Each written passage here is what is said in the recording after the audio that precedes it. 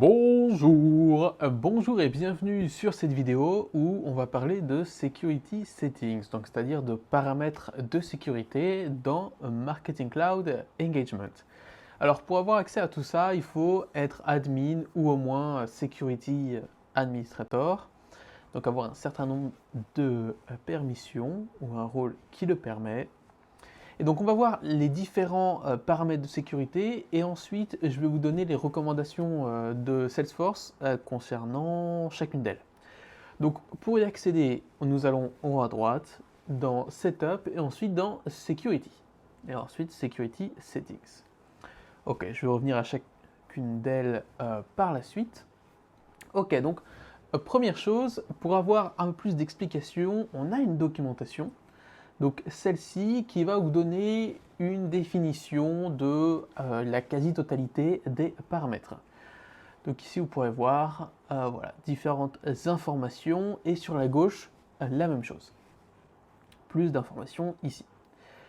Ok, et ici, voilà, si vous voulez faire une pause ou même une capture d'écran, ici vous avez les différentes recommandations de Salesforce. Ok. Donc maintenant, je vais dans celle-ci. Donc évidemment, faire des modifications, vous allez dans Edit. Et je vais passer rapidement en revue les différentes. Donc Station Timeout, c'est le temps que ça prend avant de vous déconnecter lorsqu'il n'y a pas d'activité. Donc plus c'est faible, mieux c'est au niveau de la sécurité, mais plus c'est gênant au niveau des utilisateurs. Donc par exemple, il suffit d'aller sur sur notre onglet et assez rapidement vous pouvez être connecté. Alors il me semble que le minimum c'est 15 minutes, ce qui peut être relativement court, 20, 30 minutes, voilà, 1 heure, 8 heures, je l'ai laissé assez long, 1 heure pour ma part, comme je fais pas mal de modifications, mais par exemple ici, vous voyez, on recommande une valeur de 20 minutes. Donc 20 minutes sans que la personne ne fasse une action, la déconnectera. Ok, donc là, assez simple, est-ce qu'on demande le HTTPS au lieu du HTTP pour naviguer sur Marketing Cloud? Ici, logging expire inactivity. Donc là, en fait, la question, ça va être de dire, ok, cette personne ne s'est jamais connectée en 30 jours, en 60 jours, en 90 jours, en 1 an. Et donc, on va faire expirer son login. Donc là, c'est pareil, on recommande 90 jours ou moins. C'est vrai que 30 jours, il suffit qu'il y ait des congés ou quoi que ce soit. Ça peut être un problème. Après, il faut voir aussi niveau congé maternité et ainsi de suite. Ok, donc là, ici, la question, ça veut dire, ok, combien d'essais on peut faire avant d'être bloqué pour un certain moment? Donc ça peut être 3, 5, 10 et ainsi de suite. Bon, je ne vais pas revenir à chaque fois sur les recommandations de Salesforce, sinon ça va être un petit peu long, donc juste poursuivre, vous laisser faire un screenshot. Ok, donc là, ça va être, ok, le nom d'utilisateur, donc le username doit être d'une longueur minimum de combien? Là, on a mis 4 caractères, mais ça va être intéressant surtout au moment de la création des comptes, au niveau de la création des utilisateurs, savoir, ok, quelle est la longueur minimale. Pareil, c'est au niveau sécurité, c'est un peu comme la longueur minimum du mot de passe, sauf que là, c'est pour le nom d'utilisateur. Alors là, ça c'est assez intéressant, c'est laisser la possibilité aux utilisateurs de donner un accès au support. En fait, le support Marketing Cloud n'a pas accès directement à votre compte. Pour cela, il faut vous demander l'autorisation.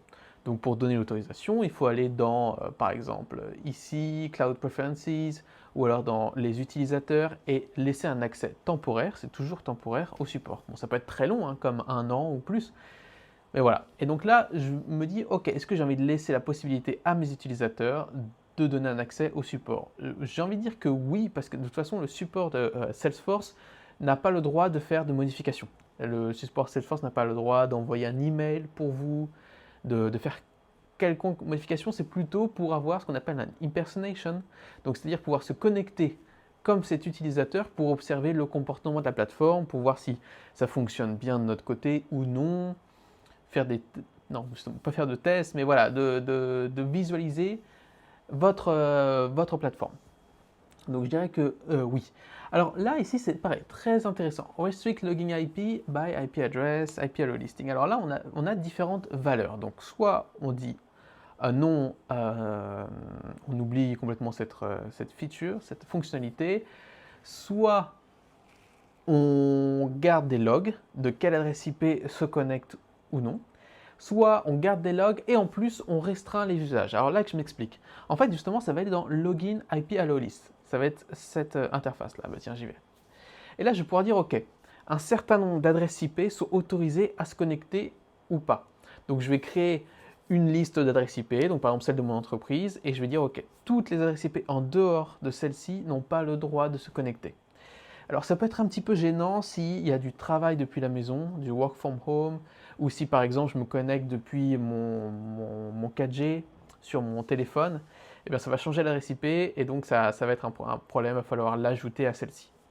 Donc c'est quelque chose à prendre en considération. Niveau sécurité, c'est très bien, mais encore une fois, on a toujours le dilemme usabilité, si je peux m'exprimer ainsi, confort d'utilisation et sécurité. Là, ce que j'ai opté pour cette org-là, pour ce MIT, c'est le View Access Log. Donc c'est-à-dire, peu importe l'adresse IP, je peux me connecter. En revanche, je vais avoir les logs des adresses IP qui se sont connectées. Bon, je ne devrais pas forcément le montrer, je vais sûrement le flouter, mais ici, voilà. Je vais voir, ok, d'où est-ce que ça vient, quelle adresse IP, quel login, à quelle date aussi. Bon, ça me permet d'avoir potentiellement des informations sur qui se connecte quand. Je vous laisse faire ce que vous voulez avec cette info. Donc voilà, pour ce faire, donc pour avoir les logs et non pas restreindre l'accès, à ce moment-là, je mettrai log allow list violation. Ok, et là, c'est pareil. Est-ce que je veux un IP allow list par BU ou est-ce que je veux enterprise level et donc pour toutes mes BU? Ok, je passe là-dessus. Je pourrais poursuivre dans les commentaires si ça vous intéresse. Ensuite là, pour password policy, bon bah là ça parle de lui-même. Voilà, quelles restrictions je veux mettre sur les mots de passe? La longueur minimum de celui-ci. Alors par contre, je ne peux pas mettre un longueur minimum, imaginons de 16 caractères. La plateforme me donne seulement la possibilité du minimum 15 caractères. Voilà, quel point je veux qu'il soit complexe. Et aussi, est-ce que je veux que la plateforme empêche les utilisateurs de réutiliser un même mot de passe qu'ils ont utilisé auparavant. Donc là, par exemple, ici, je peux dire, OK, si je mets celui-là, un password remember, l'utilisateur ne pourra pas réutiliser le même mot de passe qu'il a déjà utilisé auparavant, enfin son dernier mot de passe, ne pourra pas réutiliser son dernier mot de passe. Et là, je peux choisir plus ou moins longtemps auparavant. Ok, là, ça parle de lui-même aussi. Je veux que le mot de passe expire soit jamais, soit dans un an, ou alors 30, 60, 90 jours. Ok, là, pareil, exclude API users from password expiration. Alors là, en fait, on a des API users. Donc, c'est ce qui va nous servir, par exemple, à connecter un marketing cloud, la sales cloud, à marketing cloud. Et donc, ça va être un utilisateur un peu spécial. Est-ce que je veux mettre ça, oui ou non? En fait, la question se pose parce que ça veut dire qu'il faut y penser, il faut le modifier de temps en temps, et donc on va avoir parfois des connexions qui vont s'interrompre. Voilà, je pense à ça. Je pense à ça aussi quand il faut se... Voilà. Logging expire after inactivity. Là, pareil, il faut y penser au sujet des API users. Si je dis, OK, oui, tous les 30 jours, mais j'ai un API user, c'est-à-dire que de temps en temps, il faut que je me connecte en tant que cet utilisateur. C'est quelque chose à avoir en compte aussi. Exclude FTP user from password expiration. Donc en fait, il faut savoir que pour le FTP, on a des utilisateurs. Un utilisateur qui ne sera pas compté comme un utilisateur réellement Marketing Cloud, mais c'est plutôt un utilisateur spécial pour le FTP. Et en fait, au niveau du mot de passe, je peux en paramétrer un qui soit donc unique pour cet utilisateur-là, qui n'est pas forcément un utilisateur dans Marketing Cloud. Et est-ce que je veux que les règles des comptes et des mots de passe pour le FTP soient inherited, soient héritées de ces paramètres-là? Voilà, la question se pose ici. Bon, là, ici, est-ce que je veux envoyer un mot de passe, un mot de passe un email de confirmation lorsque je change de mot de passe? Ça sera ici. Alors ici, ça sera justement pour le SSO. Tiens, je vais le désactiver. Donc là, c'est le single sign-on. C'est ce qui nous permet de prendre une plateforme d'identification unique pour se connecter à différentes autres plateformes. Je prends un exemple, on utilise souvent ça avec Google par exemple, quand on veut se connecter à telle ou telle app, on nous dit ok, vous pouvez vous créer un compte avec un nom d'utilisateur et un mot de passe ou utiliser votre compte Google pour vous connecter à telle ou telle chose. Alors dans Marketing Cloud, on ne peut pas utiliser et le SSO et les passwords et username. C'est-à-dire que ça se fait au niveau de l'utilisateur. Donc moi par exemple, si mon utilisateur Erwan utilise le SSO, je ne vais pas pouvoir utiliser le mot de passe et le nom de compte. Alors si vous choisissez de poursuivre, de mettre ça en place, on vous recommande de laisser toujours au moins un utilisateur avec des accès administrateurs sans le SSO, puisque si on a besoin de faire des modifications, si le SSO a des problèmes, quels qu'ils soient, eh bien ça veut dire que vous ne serez pas bloqué à l'extérieur de votre compte. Donc ça peut être assez intéressant, justement, pour si votre entreprise utilise déjà par exemple Microsoft Azure, on peut utiliser Google Workspace, on peut utiliser Okta, on peut même utiliser Sales Cloud aussi. J'ai fait différentes vidéos à ce sujet pour la mise en place. Donc ça peut être intéressant en tant qu'alternative pour tous ces paramètres de connexion. Ok, là c'est tout ce qui est code au niveau du SSO. Alors, Used to Specific Entity ID. En fait, là, c'est quand vous avez vos données, donc on va utiliser le SAML pour la connexion SSO, c'est pour avoir un Entity ID qui sera spécifique à cette Enterprise ID, à ce compte. Donc, ce sera Enterprise Level. Voilà, c'est à ça que ça sert, on aura une Entity ID qui sera spécifique.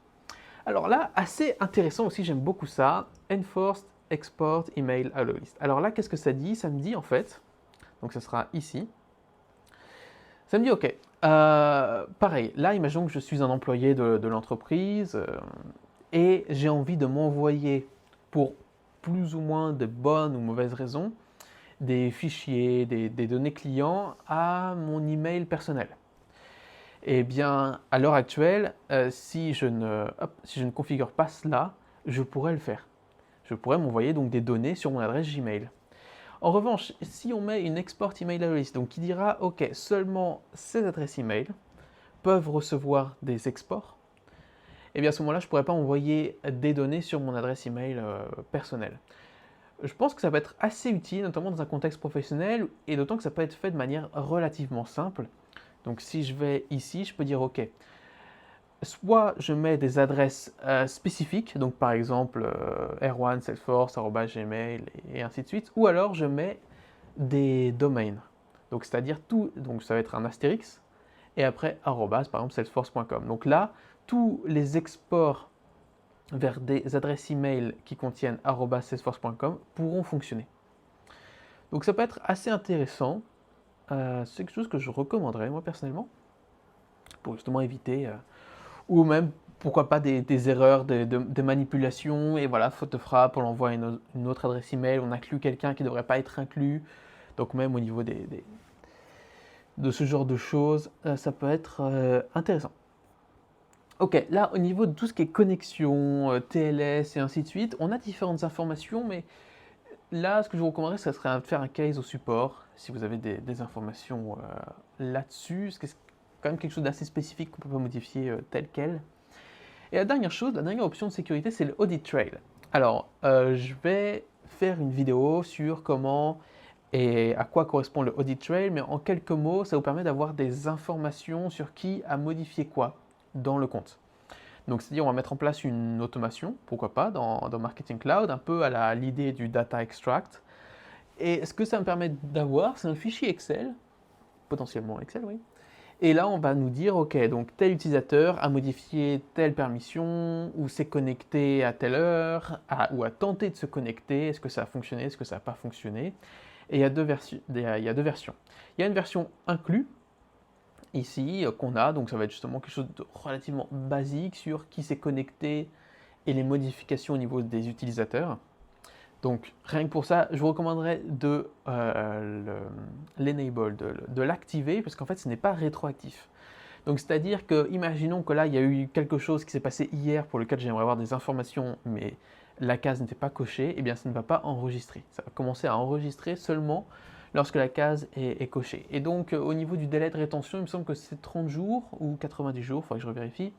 Mais voilà, on a un certain délai de rétention, et donc souvent ce qui peut être fait, c'est une automation pour envoyer les fichiers vers un serveur, par exemple un FTP ou quelque chose comme ça. ne serait-ce que pour au cas où j'ai besoin un jour d'une info, j'aille la chercher. Et il y a la version payante où là, je vais avoir beaucoup plus d'informations sur qui a envoyé tel email, qui a modifié ou arrêté telle automation, par exemple. Donc, ça me permet d'avoir tout ce genre d'informations. Ok, eh ben, j'espère que ça vous a été utile. Ici, on a différentes informations sur le multifactor authentication, mais de toute façon, ici, je peux voir, voilà, comme dans le users, est-ce que ça a été, enfin, les différents logs en fait du MFM, mais de toute façon, maintenant, c'est quelque chose d'obligatoire, donc pas forcément d'intérêt là-dessus. On peut utiliser différents moyens pour le MFA, donc les YubiKey, le one-time password. Vous savez, vous avez une app avec qui ça se... Il y a différents codes qui se régénèrent, logging allow list, ça j'en ai déjà parlé. Voilà. Et domaine allow list. Ok, bon ça, je vous laisserai voir. Là, pour le security setting, on a donc fait le tour. Je vous remontre une dernière fois les différentes recommandations de Salesforce, mais bien évidemment, il faut l'adapter à vous. Et encore un dernier mot pour le SSO, pour lequel ça peut être configuré. N'hésitez pas à me dire si vous avez des questions, des remarques, feedback. Je serai heureux d'y répondre. Et je vous remercie pour le visionnage et je vous dis à bientôt.